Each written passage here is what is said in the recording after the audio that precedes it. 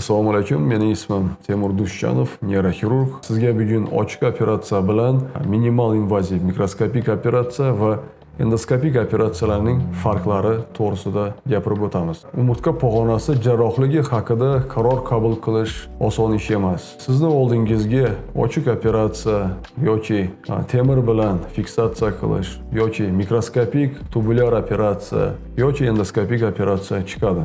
Har bir vrach o'z uslubini sizga taklif qilishi mumkin. Bu yerda qaysi biri yomon yoki qaysi biri yaxshiligida emas gap. Bu har turli instrument deganda gap. Masalan, bizga bolg'a boshqa payti kerak, bizga pinset boshqa ish qilish uchun kerak.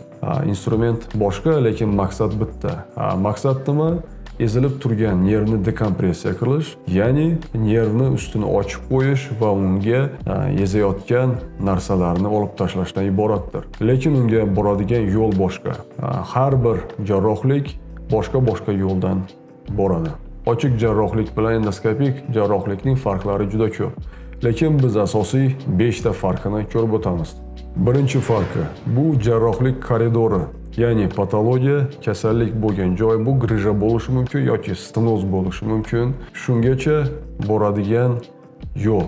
Bu katta bo'lishi mumkin yoki juda nozik kichik yo'l bo'lishi mumkin. Masalan, mana bu umurtqa pog'onasining anatomik modeli og'irligiga va tana tuzilishiga qarab mana bu joylarda teri va bu joylarning hamma joyi mushaklar bilan o'ralgan bo'ladi. Mana shu patologiya, kasallikkacha borish uchun grija yoki stenozga teridan tortib pastgacha kesishga to'g'ri keladi. Mana shu joygacha borguncha endoskopik operatsiya bilan ochiq operatsiyaning asosiy farqlaridan biri sog'lom yumshoq to'qimalarning kam zarar yetishida. Ikkinchi farqi operatsiya payti qon yo'qotish. Ochiq operatsiyada mana bu joyda teri turgandan keyin ungacha borguncha grija bo'ladimi, stenoz bo'ladimi, ko'p mushaklar kesiladi va ular ajratiladi. Buni hisobiga ko'p qon yo'qotilishi mumkin. Taxminan 500 ml gacha o'rtacha. Endoskopik operatsiyada ko'pchilik holatda mushaklar kesmasdan ajratilib boriladi. Buni hisobiga juda kam qon yo'qotiladi.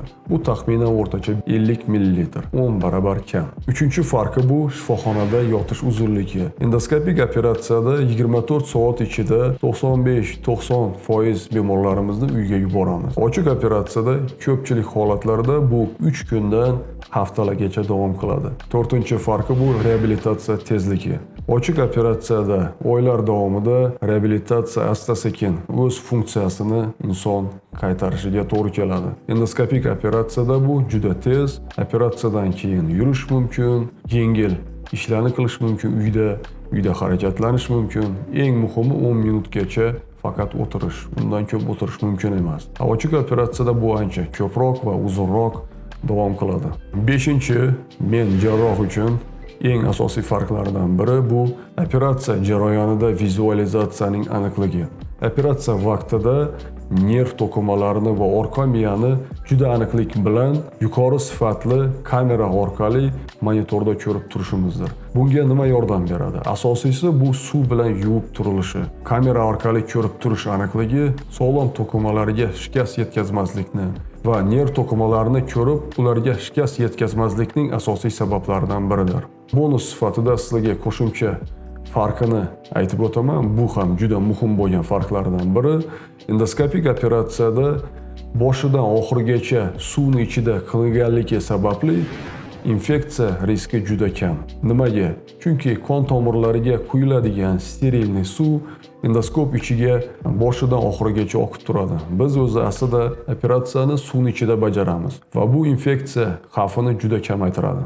Va oxirida xulosa qilib aytishimiz mumkinki, endoskopik operatsiya yoki ochiq operatsiya qilish yoki mikroskopik operatsiya qilish bu bemorni ko'rib jarroh bilan maslahatda qilinadigan ish.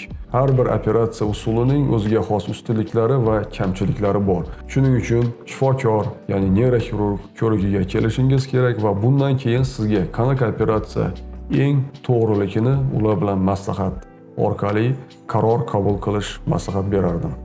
Keyingi videomizda juda bir qiziqarli mavzuni olib o'tganman. Men bu joyga bosib, keyingi videomizni ko'rishni maslahat berardim.